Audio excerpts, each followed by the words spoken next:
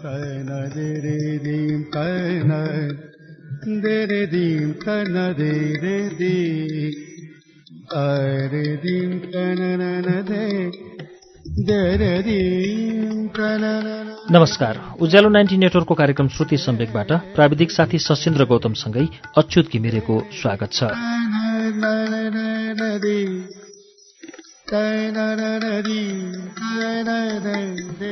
श्रुति सम्वेकको आजको श्रृङ्खलामा पनि हामी इन्द्रबहादुर राईको उपन्यास आज रमिता 6 को वाचन लिएर आइपुगेका छौं। यसको दोस्रो श्रृङ्खलासम्म हामीले गएको साता वाचन सुन्यौं। यो उपन्यास बारे इन्द्रबहादुर राई आफ्नै भूमिकामा लेख्नुहुन्छ। मैले देखेँ जीवन चलिरहेछ, तर सुव्यवस्थित भयो, ठिक्क मिलेर चलेको छैन। यो उपन्यासलाई मैले त्यसरी नै नमिलाएको छु। मैले जीवनलाई एकध्ययता वा एक विषयको रासायनिक शुद्धता तथा एकाग्र प्रकृति देखिन। प्रेम जस्तै भावहरूको माउ हो। यसलाई चलाएपछि जम्मै हाम्रा भावनाहरू जागेर छलबलाउँछन्। यसको पछि कुद्नेले पनि तर अनेक बीचबीचमा अरू काम गर्छन् जुन जीवन बुझ्नलाई उत्तिकै महत्त्वपूर्ण छन्। जीवनमा यस्तो हुँदो रहेछ भने साहित्यमा अरू किसिम हुनु हुँदैन। नचाहिने मात्र उपन्यासमा हुनु हुँदैन भन्छन्, तर यस उपन्यासमा त्यस्ता पात्रहरू छन्। उपन्यासमा तिनीहरूको आवश्यकता नै नभए पनि कारण मैले देखेको संसारमा चाहिने मान्छेहरू मात्र छैनन्। जीवनभरि सँगै बसेर पनि हामीलाई कसैले असर पारेन भने त्यो पनि कथा हो, नहुनुको रोचक कथा हो। साहित्य जीवन र जगतको अनुकरण गर्छ, तर परिष्कृत अनुकरण ठेलीहरूमा लेखेको सिद्धान्त यही छ भन्दै इन्द्रबहादुर राईले लेख्नुभयो। अब आज हामी इन्द्रबहादुर राईको उपन्यास आज रमिता 6 को तेस्रो श्रृङ्खला वाचन सुन्छौं। पृष्ठ 31। जनक नामगेलको कुरा सुनाउँदै थिए। खरानी रङको मुलायम गलबन र कोठे ट्विटको 3 टाँके कोट लाएको जनक टिबी रोगको जानेफकार विशेषज्ञ नै भएर एक्सरे फोटो हेर्ने कायदा, पैच पाउडरको उत्तमता, स्टेप्टोमसिनको अवगुण सब बताउँदै थिए। लिभरको हेपाटाइटिस र लङको ट्युबरकुलोसिस छुट्याउन नसकी स्पुतुम नेगेटिभ कि पोजिटिभ भन्दै जेनरल हस्पिटल र चेस्ट क्लिनिकका डाक्टरहरू लडिरहेका। यसबीचमा बिरामी खलास भएको कुनै एक कथा पनि जनकले सुनाए। ड्यानियल बाबु धैर्यसँग सब सुनिरहे। बीचबीचमा प्रत्यार र तारिफको भाव प्रकाशन गर्दै जनकलाई उत्साहित पनि गर्दै थिए। रविले देख्यो सबभन्दा मनोयोगी भएर इसाबेलले जनकको भाषण सुनिरहेकी छन्। प्रत्युत्तरमा तर एक शब्द पनि बोल्दिनन्। आफ्नो आँखालाई सिने क्यामेरा बनाएर क्लोजअपको टेक्निक लाएर रविले इसाबेललाई एक फेरा हेर्यो। लामो मोहडा, एकदमै उज्याला र काला ठुल्ठुला कोष परेका आँखा, नरम तर अग्लो इखालु नाक, स्वस्थ निरोगिताको प्रमाण जस्तो लामो सेतो भरिलो घिच्रो।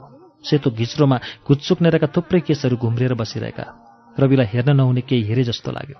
मुजुरे हरियो रङको काश्मीरी रेशमको सारीमाथि लाइराखेको निक्खर कालो लेडिज कोटले आज इसाबेललाई तरुणी युवतीको भन्दा धेरै बढ्ता वयस्क स्त्रीको भाव गम्भीरता प्रदान गरेको थियो। दुईटा बाटेर बिना रिबन छोडेको केसलाई खोप पारेर पातलो जालीमा कैद गरेको भए इसाबेलको छेउमा अझै रवि निरुत्साहित हुने थियो। उसको मनै मर्ने थियो। इसाबेल पोहोर सालै प्रवेशिकामा बसेकी थिइन्। आधा परीक्षा दिएर ज्वरोले असफल भइन्। रकभिलमा बडी आमासँग बसी फेरि अब 5 महिनापछि परीक्षा दिने भएकी छिन्। पास भएपछि साइन्स पढाएर डाक्टरी गराउने बाबुको इच्छा छ। छोरीले बाबुको रजालाई आफ्नै मनको बनाएकी छिन्। ड्यानियल बाबुहरू गए।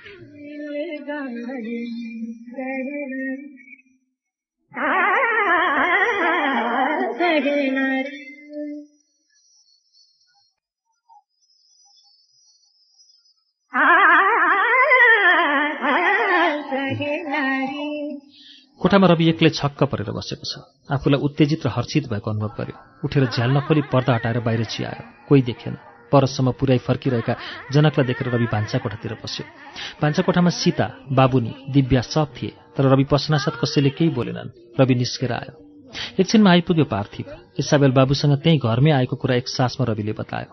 तकदिर राम्रो, पार्थिवले रविको निधारमा हेर्दै गफ गरेर भन्यो। यो आइतबार बजारदेखि डोको किनेर ल्याउनु, त्यसमा दुध दुहुनु, त्यसमा पनि सफल हुन्छौ। रविले आफूलाई सतर्क गराउँदै पनि केही फुर्किसकेको अनुभव गर्यो। कति उज्यालो हुन्न कि, कति सेती भने रविले आफैलाई। तर याद राख भने पार्थिवले, हेर्दा सेतो छाला छाम्दा खस्रो हुन्छ, कुन्नी किन पहेँलो हुन्छ नरम। त के भयो सोध्यो रविले। स्पर्श गर्दाको सानो एक अंश निराशा तिम्रो भाग्यमा छ। रवि अझै खुसी भयो। आँखा कति ठुला फेरि भन्यो रविले। नाटक खेल्दा भाव प्रकाश गर्नमा त्यस्ता आँखा साह्रै सहायक हुनु बाहेक त्यस्ता आँखा भएकीलाई जिस्काएर पनि रुवाइरहनु पनि बडा मजा आउँछ। पार्थिवले भनेर आफै मजा मारिरहेको थियो। होइन पार्थिव, इसाबेल साँच्चै राम्री छ त? मैले छैन भनेको छुइनँ भन्यो पार्थिवले। राम्री छ। एउटा कागजको चक्र काटेर ब्याट्रीले चल्ने बनाएर केशत्र लगाइदियो भने सरस्वतीको मूर्ति नै हुन्छ। रविले हेऱ्यो पार्थिवलाई। पार्थिवले हेऱ्यो रविलाई। एकछिनमा दुवै अलिअलि हाँसे। सरस्वतीको मूर्ति जस्तो हुँदैन भन्यो रविले। मूर्तिहरू जत्तिकै सुन्दर भए पनि उदास हुन्छ। इसाबेल उदास छैन।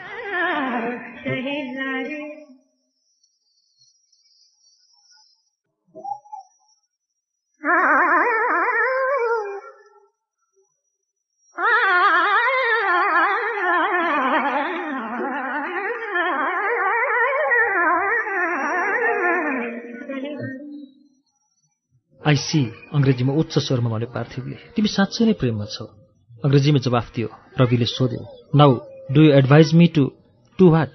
To write her a letter? Must definitely not. रविलाई चौकीमा बसाएर अग्लो तन्दुरुस्त स्वस्थ पार्थिवले आफ्नो रातो अनुहार उसैको मुखैमा निहुराएर दुई कुममा हातले पक्री भन्यो, मान्छेको कलर बोन साह्रै कमजोर हुन्छ, हेर यी यसो हेर्दै सरिहालेको। रिसाएर रविले आफ्नो कोटको कुमको प्याड मिलाएर सोध्यो, तिम्रो भन्ने कुरा यही हो? होइन, कोठामा टहल्दै भन्यो पार्थिवले। यो 20औं शताब्दीको पनि पछिल्लो भाग हो। मागी बिहा बाजेहरूको चलन थियो। केटा र केटीलाई नसोधेरै पनि बिहा हुन्थ्यो। त्यसबेला 4 आँखा जुझ्ने, 2 पानपत्ती दिलको मिलन हुने कुरै थिएन। भाग्य र जीवनको संयोग थियो। त्यसपछिको चोरी बिहा बाबुहरूको पालाको फेसन हो। चिठी लेखेर प्रेम गर्ने व्यापार चोरी बिहाको बाई प्रोडक्ट हो। अब तिमी पनि त्यही पुरानो बाटो पहिल्याउने? आफूलाई नयाँ विचारको युवक सम्झने रवि नवीनताको यस क्षेत्रमा बिलकबन्द पर्यो। अब युग डाइरेक्ट नेगोसिएसनको छ भन्यो पार्थिवले। भाइ बहिनी, साथी नोकर्नीको हातमा गरी प्रेमपत्र पठाउने युग पुरानो भयो। जस्तो राजदूत पठाउने कूटनीतिक कर्मचारी राख्ने चाल पोलिटिक्समा नचली अचेल सम्पिट टकको युक्ति लिइन्छ। अब त हामीले अङ्ग्रेजी फिल्म र नोभेलको हिरोले जस्तै सोझै प्रत्यक्ष उपस्थितिमा हनी आई लभ यू भन्न सक्नुपर्छ। हाम्रा हिरोइनहरू पनि oh but this is so sudden भन्न सिक्नुपर्छ। पार्थिव पुरा मन खोलेर हाँस्न लाग्यो। रवि पनि नहाँसी बस्नै सकेन। अन्तमा रविले सोध्यो, तिमी त्यसै गर्छौ? म? पार्थिवले आफैलाई औँलाले देखाएर भन्यो, मेरो बेग्लै कुरा छ। रविले केही सोधेन। आफ्नो पुरा उचाइमा उभिएर अनुहारमा गम्भीरता ल्याई चौकीमा बसेको रविलाई तीखो नजरले हेर्दै भन्यो पार्थिवले, म त प्राचीनको पुजारी, मलाई केटा हेरिदिनुहुन्छ बाबुले। चारैतिरको विचार राखेर परन्तु सम्मलाई हुने। केटी जातको हुनुपर्छ, राई मेरो जात, थर मेरो चाम्निङ, सामा बाँ भुँचा, पाछा वा बुली कुरेपा, यी सब बचाएर हाडफोरा नभई मैले बिहा गर्नुपर्छ। हिन्दू म्यारिज एक्टको डिग्रिज अफ प्रोहिबिटेड रिलेसनसिप हामी झर्रा राईलाई चाहिँदैन। तिमी भनौला नाकचेप्टा चिम्रीहरू सुन्दरी हुँदैनन्, कटदार हुँदैनन्, बम्बईमा कुनै राइनी अझसम्म हिरोइन भएकी छैन। त्यो त प्रोपागान्डा हो। मङ्गोलीय सौन्दर्यको कदर बुझ्नलाई आँखा रत्याउनुपर्छ, अभ्यास गराउनुपर्छ।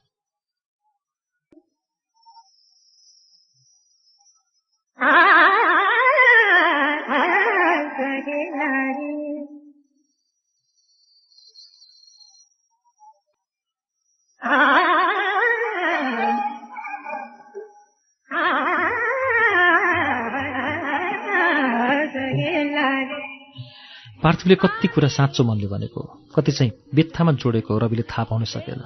अर्धसत्यहरूको लहरमा सत्य नै हरायो। उग्र राष्ट्रवादी भूदेवको प्रभाव छोरामाथि उल्टै वा सुल्टै परेको आज तक रविले केलाएको थिएन। संसारको कुनै पनि उलाहा कुरालाई एकदम नहाँसी एक क्षण आफैले पनि पत्याएर विश्वासिलो पारी भन्न सक्ने क्षमता पार्थिवमा छ। भूदेव उग्र राष्ट्रवादी। नेपालीहरू बसेका दार्जिलिङ, सिक्किम, भोटाङ र आसामका भागहरू सब रुलेका छन्। पाकिस्तान पनि पुगेका थिए, तर भारत विभाजन हुनुभन्दा अघि नै। नेपाल पहाडका दृश्यहरू तिनका आँखामा परेका छैनन्, तर पनि त्यो देश उसलाई अति प्रिय छ। भूदेव यसो पनि भन्छन्, मानिस त के झिँगासम्ममा पनि भेद छ। इन्डियाका झिँगाहरू फोहोर खाएर कीटाणु सार्ने हुन्छन्, तर हाम्रो पहाडको दहीदुधमा खेल्ने झिँगाहरू त्यस्ता होइनन्।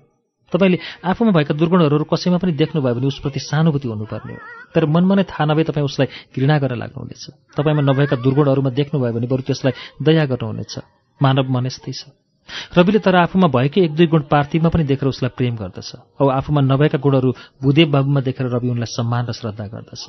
रवि बदलियोस्, चरित्र सम्बन्धमा उसका विचारहरू बदलिउन्, त भोलि नै यी व्यक्तित्वहरूप्रति रविको पारस्परिक भावना पनि बदलिनेछ। यी सबै कुरा एकैचोटि रविको मनमा आयो। जन वाक्यहीन भयो। आखिर केही भन्नै परेकाले झट्ट सोध्यो, तिमी किन प्रेममा आफै चाहिँ गर्दैनौ? तिमीले यो सिनेमा हेर्यौ? बुढाले तरुणी बिहा गरेर कति बिहालत भएको देखाएको छ डाइरेक्टरले, भन्यो पार्थिवले। मलाई त्यस्तै बुढो हुने मन छ। ल म 56 वर्षको हुँदा बिहा गर्छु। त्यसकारण म 40 वर्ष पुग्दा मेरी दुलैको पृथ्वी तलमा अवतरण हुनेछ। अहिले धेरै वर्ष छ। पापी, महापापी। पार्थिव डगेन। चोटमाथि चोट लागेर रगतै रगत भए पनि अघि बढिरहने वीर जस्तो पार्थिव अविचलित स्वरमा कुनै महान अध्यादेश वा सत्योक्ति भन्नै पर्ने जस्तो गरी सोध्यो, रवि तिमी जान्दछौ बिना कर्तव्य अधिकार पाइँदैन? यो क्वेश्चन अस्ति पनि टेस्टमा पनि आएको थियो। पार्थिवले गम्भीर मुद्रामा स्वीकृति प्रकट गर्यो औ भन्यो, आजदेखि 1 महिनाभित्रको कुनै साँझमा, कारण प्रथम साँचो प्रेम मिलन साँझमै हुन्छ, तिमी इसाबेलसँग मान्छे नहिँड्ने बाटाको छेउको कुनै हावाघरमा चुपचाप उभिएको हुनेछौ।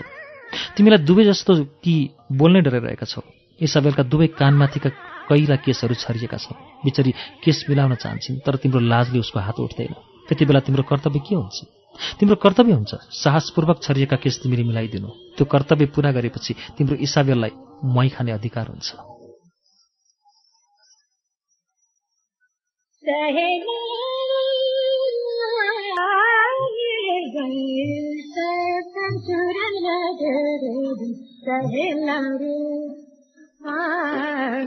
दुवै हाँस्न लागे। तिमी अस्ट्रियामा जन्मेको वेब फ्राइडको सिद्धान्तहरूमा अझ अनेक थप हुने थियो भने रविले। उसले जानेको यस्तै थियो। मुसलमानी तरिकाले तारिफ अदा गरेपछि पार्थिवले भन्यो, आजको यो अश्लील साहित्य गोष्ठी यतिमै समाप्त होस्। फेरि पार्थिवले नै भन्यो, म जान्छु घर अब, भोलि म आउँदिन। मेराटारमा भोलि कालिम्पोङमा एक्जिबिसन म्याच छ, जलपाइगढीको लामा छ ब्याक उत्तापट्टि। तर यति मात्रै घुम्नु पाएँ भने। पार्थिवले आँखा चिम्चिमाउँदै बलियो मोटो खुट्टा घुमायो। छानामा पानी जोडले परिरहेको आवाजले दुवैले थाहा पाए। राजबारीको छङछङे छाँगाले माटो मिसिएको पहेँलो पानी पुल तल ओइराइरहेको थियो होला, तर रातको कालोमा त्यो देखिएन। सिद्राबुङ बिजुली कलमा आज बल्ल बल्ल चाहिए जति पानी पुग्यो होला। रातभरि कर्मचारीहरूले सजग बस्नुपर्नेछ। बरबोटेको अग्लो पहरे पुलको फ्लुम लाइनमा आज पानी बेगले रातभरि बग्नेछ। भित्र गई चिया सिङ्गडा ल्याएर दिँदै रविले पार्थिवलाई फेरि सोध्यो, इसाबेलको मनमा के होला? तिनको प्रेम पाउला? म चिया खान्न, चियामा भिटामिन हुँदैन भन्यो पार्थिवले। भन न, के म प्रेम पाउला? पार्थिवले बाइबल खोल्यो। बीचमा के लेखेको थियो? भन न, म प्रेम पाउला? वृष्टिको आवाजलाई जित्ने तीखो उच्च स्वरमा पार्थिवले बाइबल पढ्यो।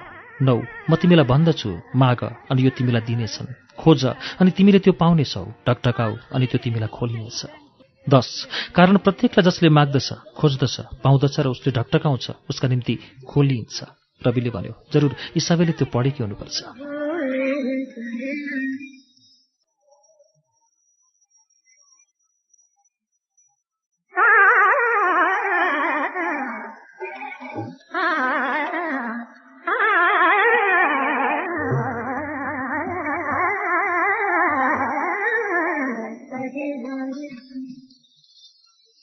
जनक घरमा एक काम परिआएकाले नै होला आज मिटिङमा जान सकेनन्। दा नामग्याललाई गान्तोकदेखि सोझै ल्याएर अस्पतालको प्राइभेट रुममा राखे। रोग कलेजाको हो वा फोक्साको डाक्टरहरूले अझै पक्का भन्न सकेका थिएनन्। मुखबाट गइरहने रगतबाट विशेष केही थाहा नलाग्दा डाक्टरहरू थोक जाँच्दै थिए। सँगै आएकी नामग्यालकी श्रीमती जनक कहाँ नै बसेकी छन्। गान्तोक जाँदा जनक बराबर उनीहरू कहाँ बस्छन्। गान्तोक बजारकै अलिकति माथि उनीहरूको 2 तले हरियो रङ लागेको छप्पर भएको काठको घर छ, जसमा नयाँ भाग हालै सिमेन्टको थपिँदैछ। सडकतिर फर्केका ठिकठिकैका ठूला 4-5 जालहरू छन्, तर ती सब एकचोटि खोलिएको कहिल्यै देखिँदैन। जनकको एउटा फोटो मुनिल्लो तलाको कोठामा टाँकिएको छ।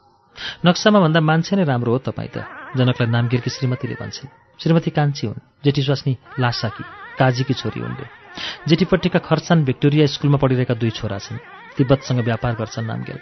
सिनियर क्याम्ब्रिज पास गरेका अग्ला मिलनसार सिक्किमे सज्जन छन्। 2-3 वर्षदेखि उनको स्वास्थ्य बिग्रिरहन्छ। कालिम्पोङ कलेजमा पढेकी तर आइए पास नगरेकी यो कान्छी नाम यमुना। यमुनाले भनिन्, एउटा कथाको किताब पढ्नु देऊ न दाजु। आफै छान्नुहोस् भनी राखेर रवि कोठादेखि निस्क्यो। 30 भन्दा उँभो उमेरकी यमुनाले आफूलाई दाजु भन्दा रविलाई एकसाथ डर, घृणा, लाज, हर्ष लाग्यो।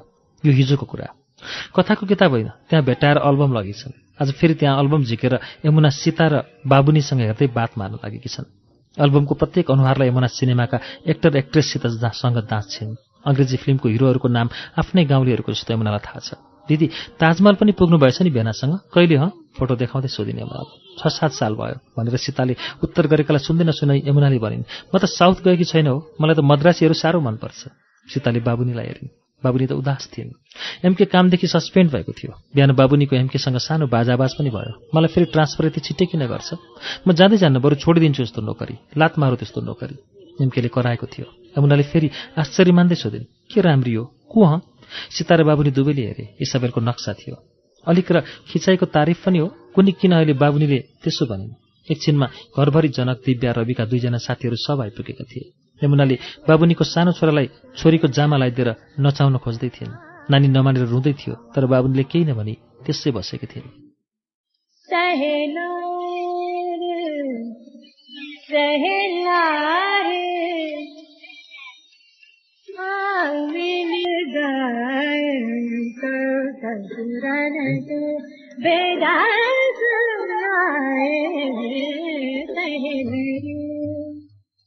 बल्ल बल्ल नाच्न मान्ला कि भनेर भुइँमा यमुनाले छोड्दा नानी भागेर बाबुनी कहाँ टाँसिन पुग्यो।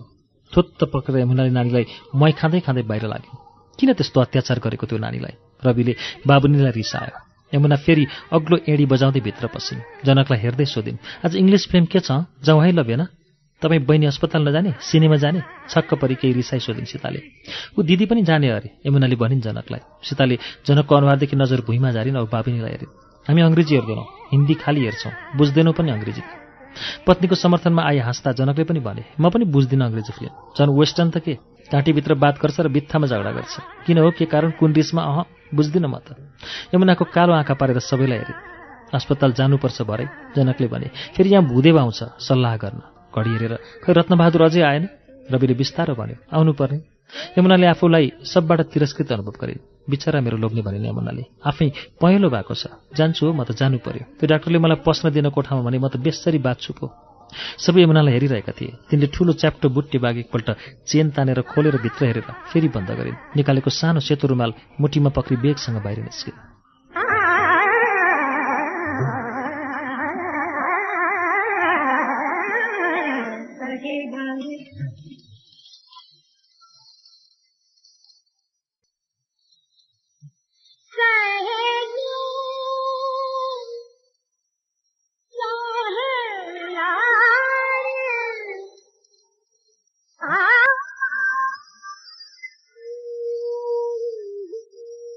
मुनि ग्यारेज छेउको पान दोकानमा जम्मा भएर केटाहरू ठट्टा गर्दैछन्। एकजनाले सबैलाई खुब हँसाउँदैछ। अरू केटाहरू बोर्डभरि सेत्तै पाउडर हालेर क्यारम खेल्दैछन्।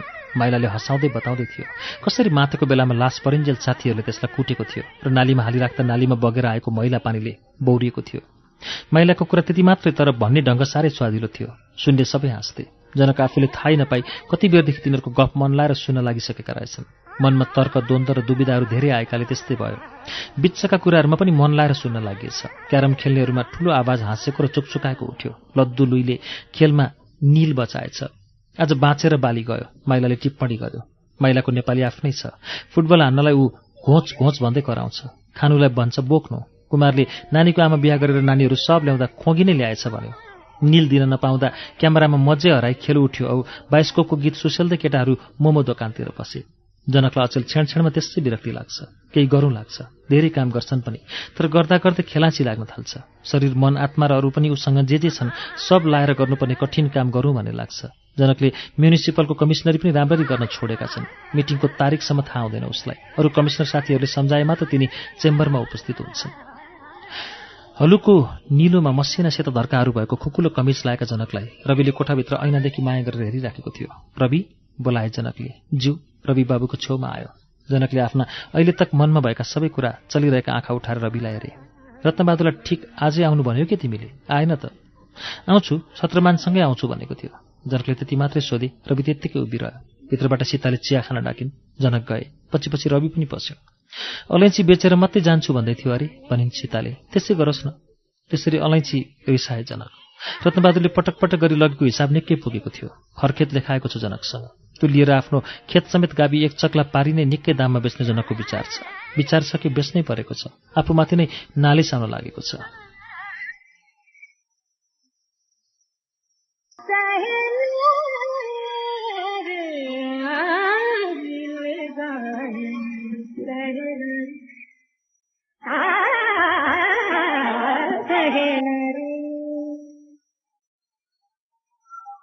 कसरी चल्ने अब? उपाय देख्दिन, हारे। जनकको अनुहारमा त्यत्तिको निराशा त रविले अघि कहिले देखेको थिएन। सांसारिक व्यवहारले ती दुईलाई नयाँ नयाँ रूपमा चिनाउँदै ल्याउँदै थियो। म फेरि जान्छु, बोलाएर यसपल्टसँगै लिएर आउँछु। सहायकारी र उपयोगी हुन चाहिँ रविले भन्यो। जनक खाइरहे। सीताले चिया थपिदिन्। सीताको चिया जनकलाई विशेष रूपले रसिलो र मिठो लाग्छ।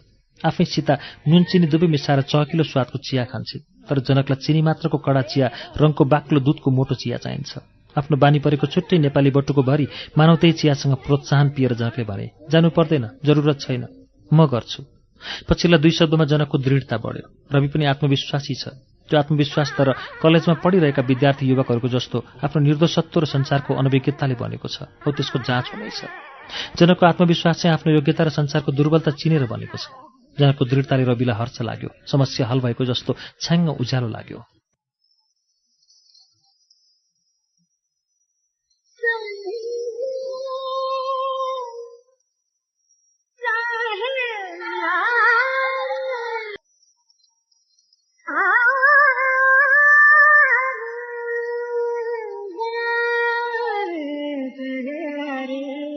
यति बेलै बाहिर दरवाजामा आएर कसैले धुकचुकाउँदै बिस्तारो ढकढकायो। रवि उठेर गयो। एमके रहेछ। बाबु छ? एमकेले सोध्यो। हुनुहुन्छ। हातमा निकालेर तयार राखेको लिफा थपक्क एमकेले रविलाई दियो। दिनु ल यो चिठी बाबुलाई। कसको चिठी? कसले पठाएको? सेक्रेटरीले। एमकेले गरुकाएर भन्यो। भित्र आउनुहोस् न ल काका। एमके दैलो बाहिरै उभिरह्यो। आउनुहोस् न। आयो। बस्नुहोस् न। ठिक छ यत्तिकै। ठिक छ भेटेर गइहाल्छु। अरे बस्नुहोस् न, के हतार त्यस्तो। बस्यो।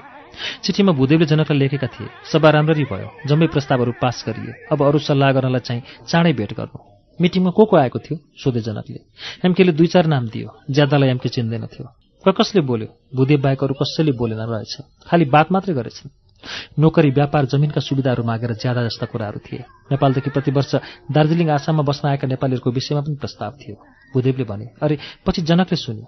पञ्चशील र सहअस्तित्वको शान्ति नीतिले हामी रणकुशल गोर्खालीहरूलाई अनुपयोगी बनाएर बेकार पार्न आँट्यो। बाघ, बिरालु, मुसा, बाख्रा, साँप, चरा, घडियाल सबैले आपस्तको बैर भुली एक ठाउँमा मिलेर सहअस्तित्वको आधारमा बनेको त मैले खालि एक जग्गामा देखेको छु, पार्कको मुनि, चिडियाखानामा।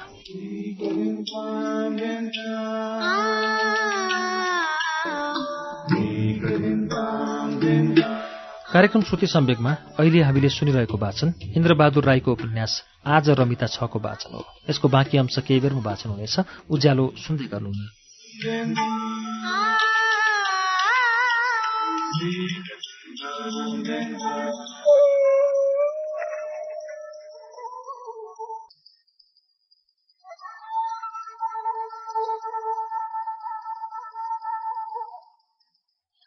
कार्यक्रम श्रुति सम्वेकमा तपाईंलाई फेरि स्वागत छ। तपाईं अहिले उज्यालो 90 नेटवर्क काठमाडौँसँगै इलाम एफएम, रेडियो ताप्लेजुङ, झापाको सप्तरङ्गी एफएम, ग्लोबल एफएम र एफएम मेची ट्युन्स, धरानको विजयपुर एफएम, रेडियो तेह्रथुम, भोजपुरको रेडियो चोमलुङमा एफएम, उदयपुरको त्रियुगा एफएम, मोरङको रेडियो सुनाखरी, विराटनगरको radio Purveli Awaz, sky FM, इटहरीको सप्तकोशी एफएम, रेडियो बर्दिवास, खोटाङको हलेसी एफएम, सर्लाहीको रेडियो एकता, मुक्तेश्वर एफएम र डुकडुकी एफएम, रौतहटको नुन्थर एफएम, रामेछापको रेडियो तीनलाल, खोटाङको हलेसी एफएम, दोलखा जिरीको रेडियो हिमाली, नुवाकोटको रेडियो त्रिशुली र जाल्पा एफएम, काभ्रे धुलीखेलको रेडियो सेफर्ड, मकवानपुरको हेटौँडा एफएम र रेडियो आवाज, चितवनको रेडियो अर्पण, रेडियो त्रिवेणी र रेडियो चितवन र नवलपरासीको नवलपुर एफएममा पनि सुनिरहनु भएको छ। त्यसैगरी फलेवासको रेडियो पर्वत, रुकुमको रेडियो सिस्ने, पाल्पाको पश्चिमाञ्चल एफएम र रेडियो रामपुर, पोखराको रेडियो तरंग, दमौलीको radio Bhanubhakta, radio Dhorbarahi, radio Bandipur र स्मार्ट एफएम, गोर्खाको गोरखकाली एफएम, बागलुङको रेडियो सार्ती एफएम र गलकोट एफएम, रेडियो प्युठान, दाङको radio Madhyapaschim, radio Prakriti FM, radio Hapuri र रेडियो नयाँ युग एफएम, बुटवलको रेडियो रिपब्लिक, गुल्मीको रेडियो रेसुङ्गा, अर्घाखाँचीको रेडियो देउराली, कपिलवस्तुको रेडियो बुद्ध आवाजबाट पनि एकैसाथ कार्यक्रम श्रुति सम्वेक सुन्दै हुनुहुन्छ। त्यस्तै बाँकेको रेडियो कोलपुर, सल्यानको रेडियो राप्ती, अछामको रेडियो रामारोशन, जाजरकोटको रेडियो हाम्रो पाइला, दैलेखको दुर्वतारा एफएम, कैलाली टिकापुर र गुलेरियाको फुलबारी एफएम, कैलाली एफएम, रेडियो अपी, सुर्खेतको रेडियो भेरी र बुलबुले एफएम, बैतडीको रेडियो शमशेर, दार्चुलाको नयाँ नेपाल एफएम, दार्चुला एफएम र रेडियो मल्लिकार्जुन, हुम्लाको रेडियो कैलाश, जुम्लाको रेडियो कर्णाली र रेडियो नारी आवाज, कालीकोटको रेडियो नयाँ कर्णाली र कञ्चनपुरको रेडियो राष्ट्रिय र रेडियो नागरिकबाट पनि अहिले एकैसाथ श्रुति सम्वेक प्रसारण भइरहेको छ।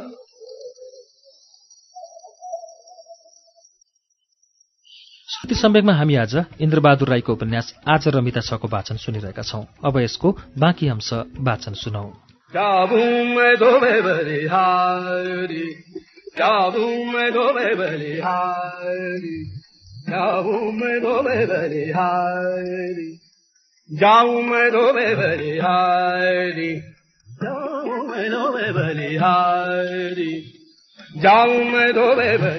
एक्लै भूदेव त्यस बेलुकी डुल्दै जलपहाडको डाँडामा पुगेका थिए।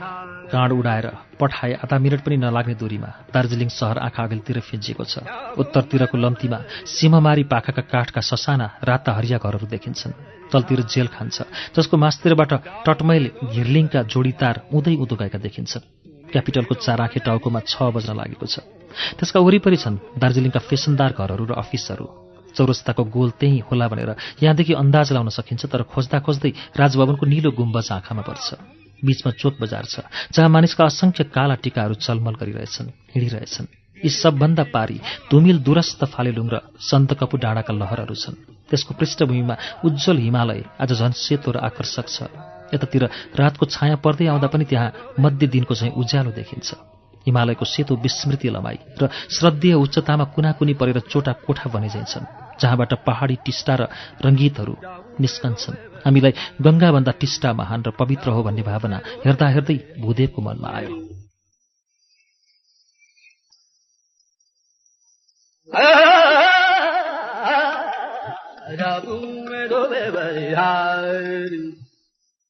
आकाशको निलोदेखि एक चरा हुलहुत्तिर आए। ससाना छन्, चराहरू संख्यामा 40 भन्दा बेसी छन्।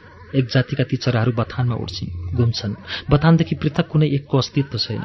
बुधेव हर्षले सास रोकेर हुलको उडान, गति पारस्परिक अन्तर्ज्ञान हेरिरहेछन्। उच्च आकाशको शून्यतामा, जहाँ कुनै अवरोध छैन, बार र छेकान छैन, तर अनन्तता र स्वतन्त्रता छ, त्यहाँ टक्क 81 ती चराहरू एक जीव बनेर एकपल्ट अडिन्छन्, बेगले नयाँ दिशा लिन्छन्। कसरी हो, किरिङमिरिङ परि घुमिरहेछन्, फेरि छेडमा फुकेर जललहरीको अनुकरणमा तलतिर झरिरहेछन्, पोखिरहेछन्। मानौ आकाशमा रहेको कुनै अदृश्य पहाडी पथलाई तिनीहरूले देख्दछन् र त्यसलाई नछोडी हिँडिरहेछन्। अदृष्ट झरनामा पखेटा थापेर खेलिरहेछन्। मानौ ती जम्मै पक्षीहरूका एउटै मन, एउटै आत्माले बसेर प्रेरणा दिन्छ, सञ्चालन गर्छ।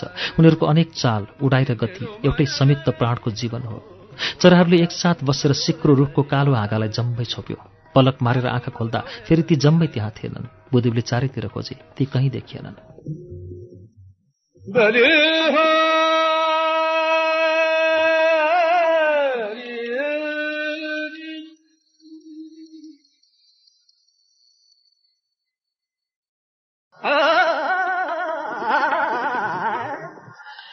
गत सप्ताह भूदेवहरूले मिटिङ गरेको बजारतिर फैलिन साथै ठाउँ ठाउँ उपद्रव हुन थालेको छ।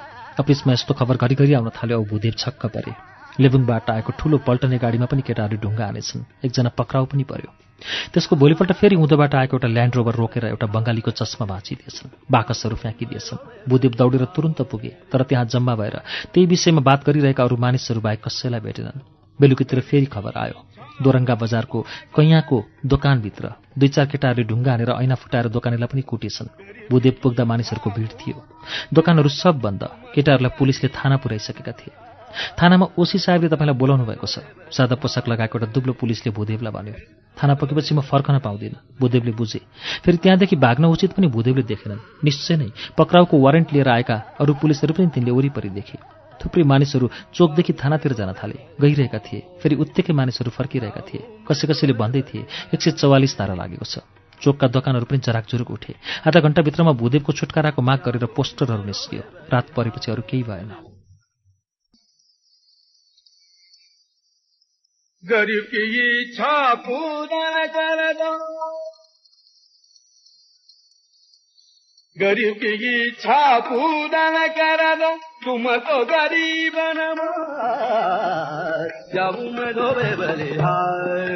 जनक भोलिपल्ट थाना गए।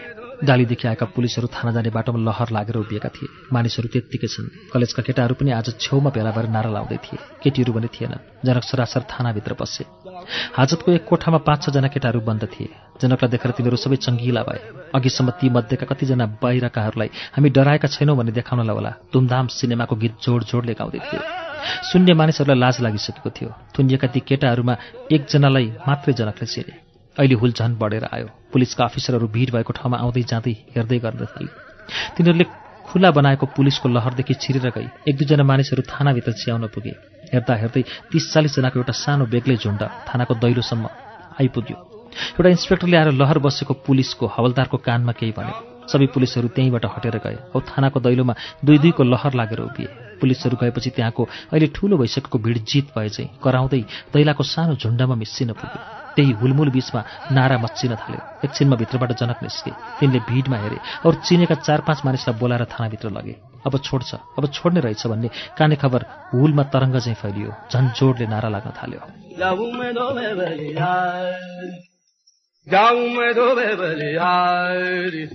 तूने मेरो मन गरलिनो जाऊ मैं धोबे बलिहारी जाऊ मैं धोबे बलिहारी। केही बेरमा भित्रको फलामको दैलो कराएर खोलेको उभिनेहरूले सुने। छोडेको आवाज चारैपट्टिबाट उठ्यो। आतुर भएका हुलहरू जम्बै आँखा थानाको दैलोमा पुगेका छन्। फेरि आयोको आवाज बराबर सुनियो, तर कति हेर्दा पनि ढोकामा कोही आएन। एउटा मोटो जुङ्गे पुलिस ढोकामा देखा पर्यो। फेरि आयोको आवाज मच्चियो र हाँसो चल्यो। निश्चय नै अहिले चाहिँ दैलोमा एक गरी पक्रिकाहरू सबै देखा परे। ती निस्किरहेका छन्। ती हँसिला अनुहार लिएर कोही भिडमा चिनेकाहरूलाई हात हल्लाउँदैछन्। भिडमा अहिले जोडले किन हो हाँसोको लहरा छुट्यो। कोही कहाँ कमिक गर्दै होला। भित्र भिडदेखि फेरि हटिदेऊ, छोडा भन्दै कसैले करायो। भिड फाटेको बीचमा एउटी मोटी आइमाई हातभरि खदाहरू बोकेर ठेल्दै चढिन्। छुटेकाहरूलाई एक-एकवटा लगाइदिए। भिडमा अपारको हर्षध्वनि मच्चियो। त्यसपछि सेता खदा लगाएका ती मुक्त युवकहरूलाई अघि लाएर भिड कराउँदै चोकतिर निस्क्यो। जनक थानाबाट बाहिर निस्कदा पुलिसहरू पनि थाना अघिल्तिरको मैदानमा छरिएर मगमा चियाहरू खाँदै थिए। जति अघि गयो उति ठूलो बन्ने हिउँको गोली जस्तो अघिको भिड पनि बजार चक्कर लगाई चोकमा आएर तित्तर-बित्तर भइसकेको थियो। बुदेव थानामा थिएनन्, तिनलाई हिजै तल जेलमा पुर्याइएको थियो। एउटा पुलिसलाई साथमा लिएर जनक जेलतिर झरे। गरीब की इच्छा पूरा करा दो तुम तो गरीब जाऊं मैं धोबे बलिहारी जाऊं मैं धोबे बलिहारी। जाँदा जम्बै चाँदमारी पाखामा एक प्रकारको अशोभनीय सन्नाटा थियो। सडकतिर एउटा केटाकेटी पनि खेलेको थिएन। टटमैलको छोटो घिर्लिङले यति बेलादेखि नै सहरको मैलो ओसार्दै थियो। चिल, काग र गिद्धहरू मैलामाथि बसेर घिर्लिङसँगै गएका जनकले हिँड्दै हिँड्दै पनि हेर्दै थिए। फुलबारी सुनसान थियो। अफिस छेउको सानो पोखरीको पानीमा असंख्य मसिना सुक्खा पातहरू खसेका होला औ डिलमा उभिएर बैंसको रुखले आफ्नो मिहिन केसको मुठ्ठा पानीमा भिजाउन लागेको होला, जसलाई जनकले सम्झे। केही परतिर खडा भएको बुढो वृक्षले आफ्नो देहका 100 आँखाद्वारा त्यो सौन्दर्यलाई बिहान बेलुकीको स्वर्णिम क्षणमा तरुण हृदय लिएर हेर्दछ। आत्मा अमर अजर छ औ मन चाहिँ अजर छ भन्ने आफ्नो भनाइ सम्झेर जनक हाँसे मनमा नै। ऊ फुलबारी घुम्न नआएको कति साल भइसकेछ सम्झेर फेरि जनक मौन भए। जनकले आफूलाई बताउन सकेनन् किन आज यी सब भावना तिनका मनमा आइरहेका छन्। बुदेवसँग 5 मिनट बात गर्ने समय पाएर जनकले भने, तिनले पनि अरूले जस्तै बन्ड सही गरेर निस्कने काम गरून्। बुदेव रिसले आगो भए। तोकेको समयभन्दा अघि नै गण्डागोल गरेर। गण्डागोल भन्ने? आन्दोलन सही गरेर सब चिज चौपट भयो, बताए जनकले। जनता अलग्ग छ, साथ दिँदैन। साथीहरू दिल्ली र कलकत्ता तार गरेर सन्तुष्ट छन्। अनि कुन ठूलो आशा राखेर के काम गर्नु? बुदेवले जनकलाई तुच्छ मानेर हेरे। म जेलमा हुनु नै तिमीहरूले काम गर्ने उत्साह र न्यू पनि पाउने मौका हो, तिनले भने। जनकले एक्कासी रातो अनुहार पारे। त्यति ठूलो नहुनुहोस् बुदेव बाबु, भने जनकले। पार्टीको एकताको लागि कृपया यो बन्डमा सही गरेर अरू जत्तिकै सानो हुनुहोस्। बुदेवले अन्तिम निर्णय दिएर झट्टै भने, पार्टीको एकताको लागि मैले यस्तो कागजमा पटक्क सही गर्नु हुँदैन। भोलि बिहानै रातारात गरी छापेको पर्चा बजारभरि बाँडिन लागेको थियो। भात खाने गरेकै दोकानमा सुतेर रत्नबहादुर वाइबा र अर्जुन आज घर फर्किरहेका थिए। बारीकमा आइपुग्दा अर्जुनले पनि एउटा पर्चा समात्यो। जनकको वक्तव्य थियो, सहरमा भइरहेको उपद्रवहरूसँग पार्टीको केही सम्बन्ध छैन। बुदेवलाई अकारण सरकारले पक्राउ गरेको र बिना शर्तको रिहाई झट्टै होस्। अर्जुनले अर्को एउटा पर्चा पनि मागेर 2वटा एकसाथ पट्याएर बनियान मुनि कमेजको गोजीमा राख्यो।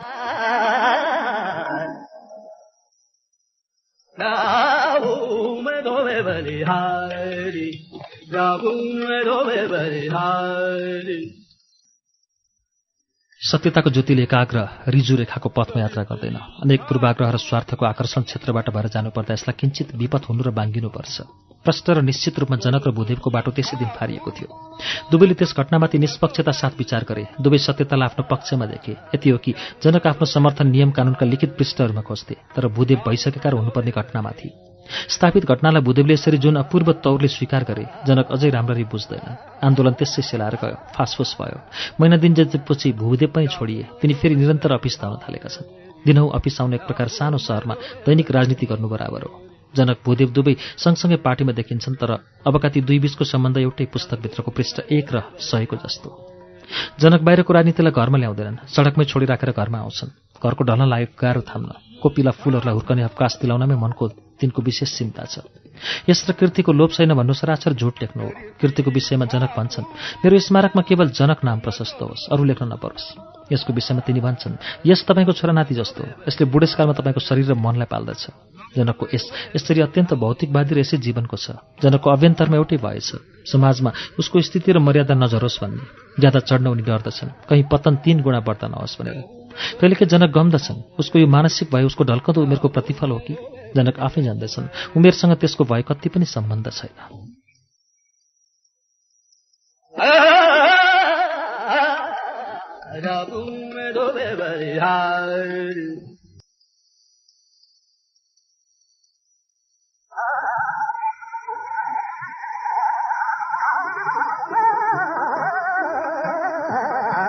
डेढ 2 महिनाको समयभित्रमा दशैं तिहार बाहेक निकै कुराहरू भए। रविले बिएको 4थ वर्ष पनि प्राय समाप्त गरिसकेको छ। एमकेको नोकरीमा सस्पेन्सन त्यत्तिकै टाँकिएर अस्ति खारेजको चिठी पनि आयो। सुर्ताएर बाबुनी 2 दिन घरदेखि बाहिर निस्किनन्। यसै महिनाभित्र पुष्पालाई माग्न मानिसहरू आए। बाबुनीले नमान्दै पनि बाबु चाहिँ राजी भयो। मलायाको गोर्खा फौजमा केटा सर्जन्ट क्लर्क थियो। पुष्पालाई आज तक सीता, जनक, एमके कसैले पनि विवाहयोग्य तरुणीको रूपमा कल्पनासम्म गरेका थिएनन्। एक्कासी विवाह भएर जाने सुनेर सबै पहिले अकमकिए। त्यसपछि यतिन्जेल यथोचित प्रेम र ध्यान उसलाई नदिएकोमा सबैले आफूलाई कता कता दोषी ठहराए। मलायाको राष्ट्रिय स्वतन्त्रता वा गोर्खा फौजको भविष्यतलाई हेर्नु पुष्पाको काम होइन। पुष्पालाई खालि आफ्नो पतिसँग अब दुवैको भविष्य मात्र हेर्नु छ। जनकले यस्तो भने, बिहामा सीताले पुष्पाको आज तकको दशैँमा आउन नपाएको राम्रो र दामी सारी उपहार दिइन्। छानामा माइक बजिरहेको थियो। माइक बज्दा सधैँ जस्तो जनकलाई याद आउँछ दुईटा कुरा। गाउँघरमा बिहा भयो भने किन्न हो कुनी रत्नबहादुर बडालाई खल्लो लागेर आउँछ, आगो ताप्न थाल्छ, बेस्चरी अँगेनामा दाउरा कोचर्छ। के बिग्न हालेको भन्दै बुढियाले धुवा आउँदै गरेका दाउराहरू 5-6वटा झिक्छिन्।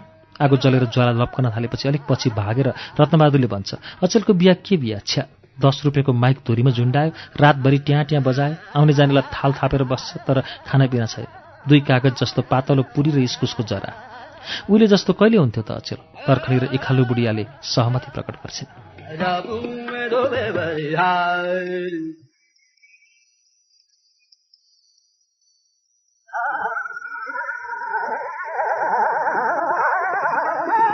बुढाबुढी आफ्नो बिहा बोल्दैनन्। फागुनको 16 दिन जाँदा आजको 31 वर्ष अघि उनीहरूको माघी बिहा भएको थियो। झैँ ती नौमती बाजासँग जन्ती लगेर घरमाथि फलैचामा काँसे दर्जीको दलले नरसिंह फुकेर बिहाको शुभ सन्ध्या जगाएको थियो। त्यस रातभरि सनैको लय र भाकामा लम्बा लामा, हुकुमदार सरदार र डाक्टर र युद्धवीर राईहरू बिचराहरू सबै मरिसके। ती नाचेका थिए। पल्टनदेखि छुट्टीमा आएको बगम कान्छा मारुनी भएर 2 हत्केलामा 2टा थाल गुमाएर फनफनी नाच्दा काजी साहेबले फोटो पनि उठाएको थियो। 2 मन चामल पकाएर जन्तीलाई भतेर बाँड्दा पनि नपुग्दा फेरि वाहन बसाउनु परेको थियो। लहरै बसेर जन्तीको ताँतीले खाँदै गर्दा घरका असंख्य कुखुराहरूले अब दिशाबाट घरिघरि आक्रमण गरेको र धपाउनु पर्दा पखेटाले हिर्काएर धुलै उडाइराखेको दृश्य अबको दार्जिलिङमा कहाँ? बेहुलीको घरमा जन्ती पुग्न लाग्दा बेहुलीको घरमाथिबाट जन्ती जानु हुँदैन भनेर तलमुनि फेरो मारी घुम्नु परेको थियो।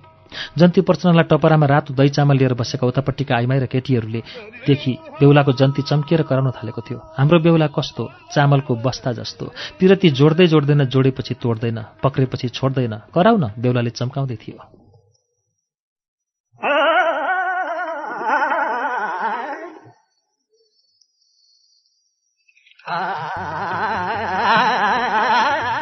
बेहुली डोलीमा लिएर फर्काँदा बाटामा 2 बोतल छनुवा थालमा राखेर भालुबाबुकी कान्छीले सगुन थापिन्। घोडाबाट उत्री 26 वर्षको रत्नबहादुरले महारानी भिक्टोरियाको 2टा चाँदीको रुपियाँ राखिदिएर सगुन फुकाएको थियो। दुध पिएको थियो।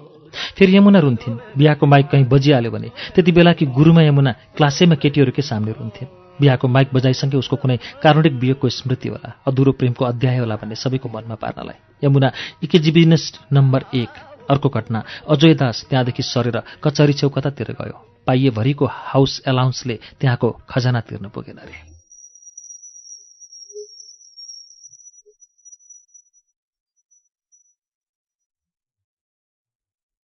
श्रुति सम्वेकमा अहिले हामीले सुनेको वाचन इन्द्रबहादुर राईको उपन्यास आज रमिता 6 को वाचन हो। यो उपन्यासभित्र दार्जिलिङ, खरसाङ, सिक्किमतिर बोलिने लवजको नेपाली भाषा प्रयोग भएको छ। तपाईले यसलाई कसरी लिनुभएको छ कृपया हामीलाई प्रतिक्रिया दिनुहोला। हाम्रो कार्यक्रमको ठेगाना कार्यक्रम Shruti Samvek, Ujyaalo 90 network, post box number 6469 Kathmandu. इमेलका लागि shruti@unn.com.np।